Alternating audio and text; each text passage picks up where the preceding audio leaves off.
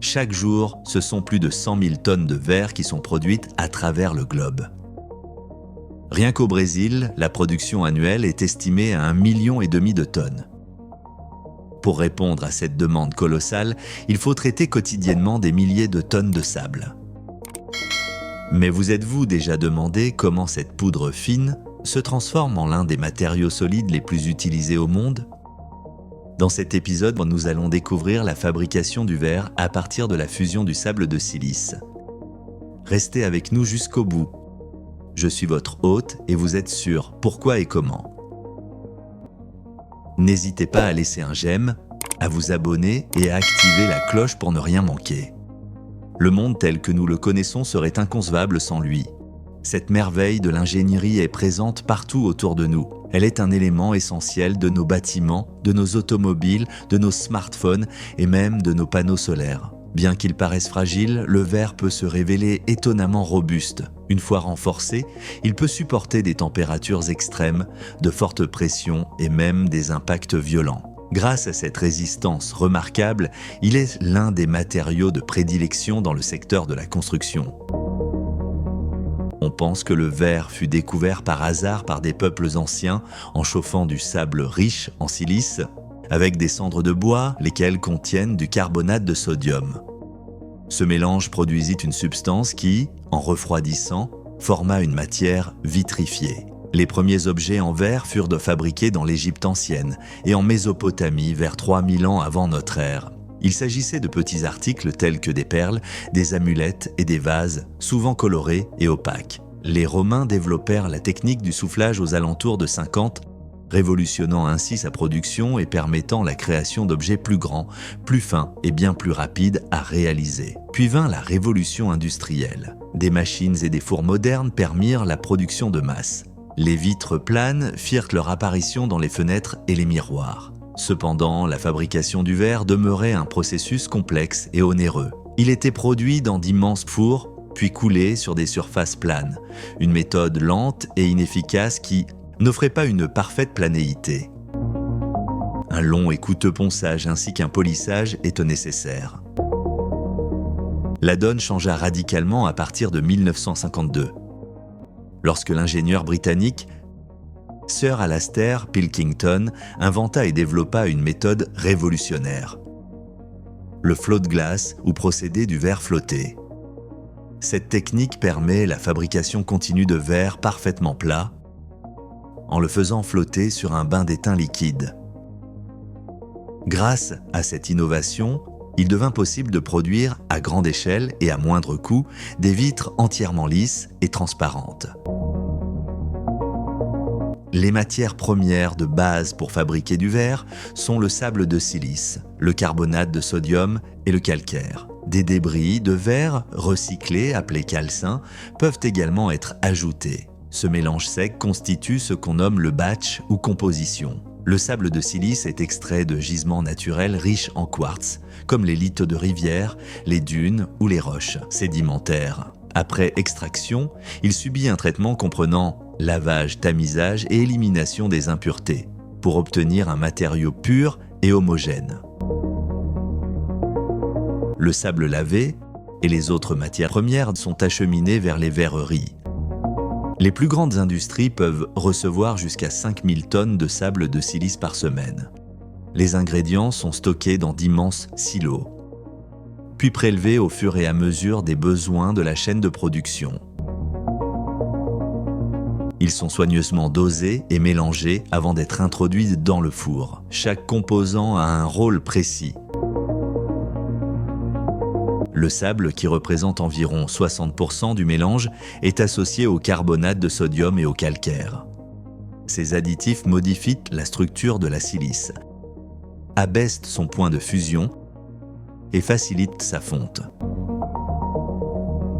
Le calcaire, quant à lui, améliore la résistance du produit final. Le calcin recyclé est un autre ingrédient fondamental. Il permet de réduire la consommation d'énergie, car ils font plus vite que les matières premières vierges. Il diminue ainsi l'impact environnemental et améliore le rendement du four. D'autres additifs, comme l'oxyde de fer ou de cobalt, sont responsables de la teinte bleutée caractéristique de certains types de verre. Une fois le mélange homogène, il est introduit en continu dans le four de fusion où il se transformera en verre liquide. Ce grand four continu, construit en briques réfractaires, peut fonctionner 24 heures sur 24 et ce pendant 10 à 15 années sans interruption. La composition entre par un côté et progressivement chauffée jusqu'à atteindre des températures comprises entre 1500 et 1600 degrés Celsius. À l'intérieur, le chauffage est généralement assuré par du gaz naturel. Les ingrédients fondent, libèrent des gaz et forment une masse liquide homogène. Le verre liquide traverse ensuite une zone encore plus chaude pour éliminer les bulles et les impuretés. L'agitation thermique naturelle garantit une composition et une viscosité uniformes. Ce verre liquide, porté à haute température, s'écoule ensuite lentement sur un bain d'étain fondu. Ce processus a lieu dans une atmosphère contrôlée, saturée d'azote et d'hydrogène pour éviter l'oxydation de l'étain. En raison de la différence de densité, le verre flotte naturellement sur le métal liquide, à la manière d'une fine couche d'huile sur l'eau.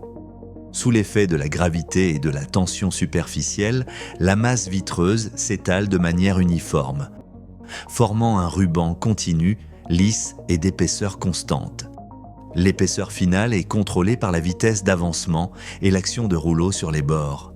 L'étain est un métal qui reste liquide à haute température. Il ne se mélange pas au verre et lui offre une surface parfaitement plane et polie. En quittant la chambre de flottaison, le verre est déjà solide, mais encore brûlant. Il pénètre alors dans un tunnel spécial appelé l'air pour un refroidissement graduel et contrôlé, également nommé recuisson. Le verre y entre à environ 600 degrés, traverse une zone de refroidissement lent et progressif et en ressort à température ambiante complètement stabilisée. Le verre refroidi est acheminé par des convoyeurs vers la zone de coupe. Des machines automatiques équipées de pointes en diamant industriel marquent la surface et les bords. La plaque est ensuite cassée avec précision le long de ces marques.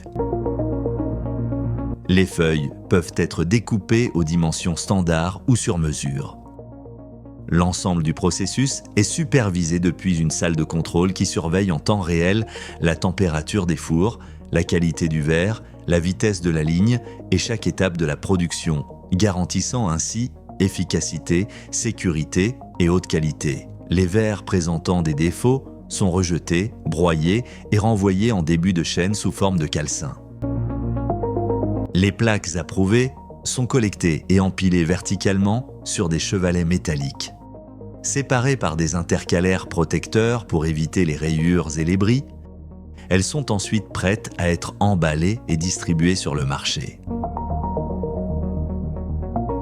Dans la fabrication artisanale du verre, toutes les étapes sont effectuées manuellement dans la mesure du possible. Chaque compartiment du four contient du verre fondu de différentes couleurs. Lorsque la matière est prête, l'équipe travaille avec célérité, prélevant le verre liquide à l'aide de cuillères spéciales pour l'amener rapidement sur la table de mélange. Il est crucial de maintenir le matériau en mouvement constant pour éviter un refroidissement prématuré. Pour créer des pièces marbrées, jusqu'à 5 couleurs différentes peuvent être mélangées. Avant que le verre ne soit étiré pour former une feuille, l'artisan utilise une sorte de fourchette spéciale pour travailler la masse incandescente. Immédiatement après, le verre fondu est déposé sur une machine à rouleau qui presse et aplatit uniformément la matière au passage. L'espacement entre les rouleaux détermine l'épaisseur finale de la feuille. Une fois formée, la feuille de verre est placée dans un four de recuisson pour un refroidissement progressif, évitant ainsi qu'elle ne se brise ou ne se fêle lors de la découpe. Cette coupe est également réalisée à la main, à l'aide d'un coupe-verre à pointe de diamant ou de carbure de tungstène. C'est ainsi que sont produites quotidiennement plus de 100 000 tonnes de verre à travers le monde. Si vous souhaitez découvrir comment est fabriqué le stylo Bic, vous trouverez un lien dans la description et le premier commentaire. Si vous avez apprécié cette vidéo, laissez-nous un j'aime et partagez-la. Dites-nous dans les commentaires d'où vous nous regardez et ce que vous avez pensé de cet épisode. Abonnez-vous et activez les notifications pour être averti à chaque nouvelle publication. Merci d'avoir suivi cet exposé. Pour continuer d'apprendre, nous vous invitons à cliquer sur l'une des vidéos recommandées qui s'affiche à l'écran. Portez-vous bien et à très bientôt.